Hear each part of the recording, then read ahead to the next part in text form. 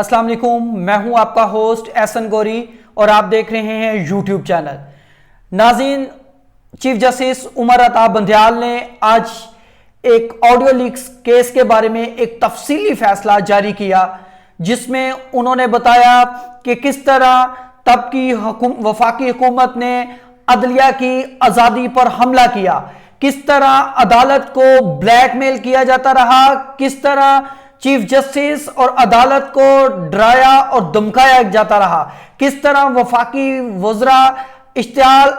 अंगेज तकारीर करते रहे और किस तरह अदलिया की आज़ादी पर पार्लियामेंट के बाहर लोगों के जत्थों को जमा करके बाकायदा तौर पर लोगों को डराया और धमकाया गया और किस तरह अदालत को प्रेशराइज करने की कोशिश की। आज इस सारे तफसीली फैसले पर हम बात करेंगे।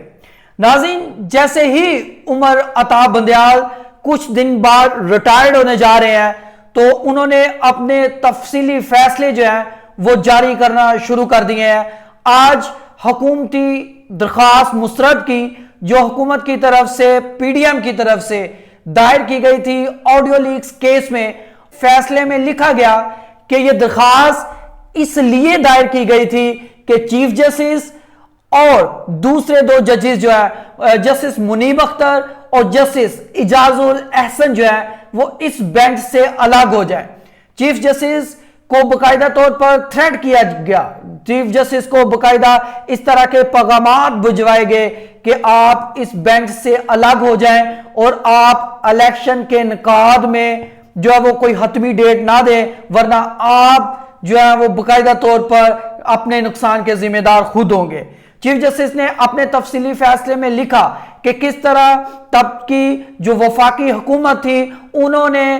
अदालत के फैसलों पर असरअंदाज होने की कोशिश की, किस तरह अदलिया को प्रेशराइज करने की कोशिश की और किस तरह अदलिया की आजादी पर बराह रास्त हमला किया गया पार्लियामेंट में। उसके बाद और मुख्तलिफ फ्लोर्स पर मुख्तलिफ वज़रा और वज़ीर आज़म की तरफ से कुछ ऐसी तकारीर की गई जिससे अदलिया के जज्बात मजरू हुए, अदलिया को प्रेशराइज करने की कोशिश की गई। और उसके बाद आपने देखा कि जब फैसले में यह भी लिखा कि जब इलेक्शन को आईनी मुद्दत में करवाने की तजवीज दी गई, बाकायदा तौर पर हुक्मनामा जारी किया गया, तो किस तरह एक मुसल्लह जत्थों को बाकायदा एक सहूलतकारी के साथ अदलिया सुप्रीम कोर्ट की इमारत के बाहर जमा किया गया और तकारीर अदलिया मुखालिफ तकारीर की गई, चीफ जस्टिस का नाम ले लेकर जो है मुख्तलिफ किस्म की तनकीद की गई और किस तरह तमाम जजेस को तनकीद का निशाना बनाया गया। और इस पर उन्होंने कहा कि तब भी हमने तहम्मुल और बुर्दबारी का मुजाहरा किया। अब बात यह है, अब सवाल यह है कि तब अदालत क्यों चुप रही, तब क्यों ये फैसला तब क्यों सामने नहीं आया? तब यह फैसला सामने आना चाहिए था और तब मुख्तलिफ किस्म के मामलात को जो है वो आगे बढ़ना चाहिए था, ताकि इस वक्त जो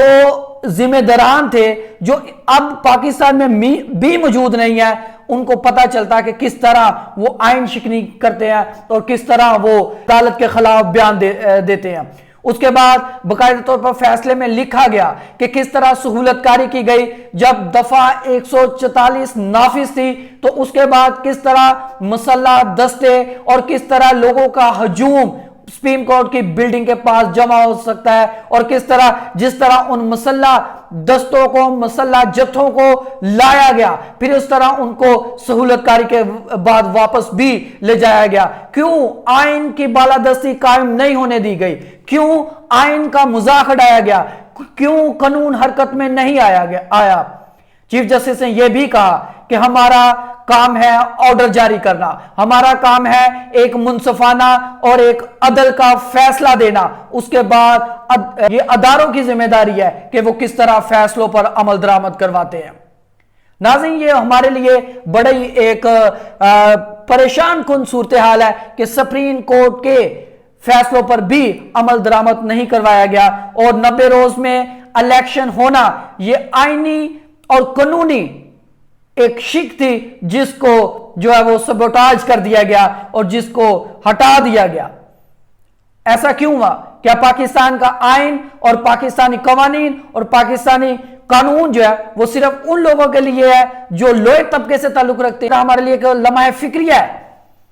कि क्यों हम अदलिया और पाकिस्तानी आइन को जो है वो दबा रहे हैं? क्या मुस्तकबिल में भी इस तरह होता रहेगा? आज चीफ जस्टिस का यह फैसला तारीख का हिस्सा रहेगा और हमेशा इस फैसले को पढ़ा जाएगा कि किस तरह चीफ जस्टिस ने फैसला दिया और किस तरह चीफ जस्टिस के फैसले को ओवर रूल करके 90 रोज में इलेक्शन नहीं करवाए गए और चीफ जस्टिस को संगीन नताइज की धमकियां दी जाती थी कि अगर आपने इसके बारे में कोई फैसला जारी किया तो फिर उसके जिम्मेदार आप खुद होंगे। इजाजत दीजिएगा, अल्लाह हाफिज।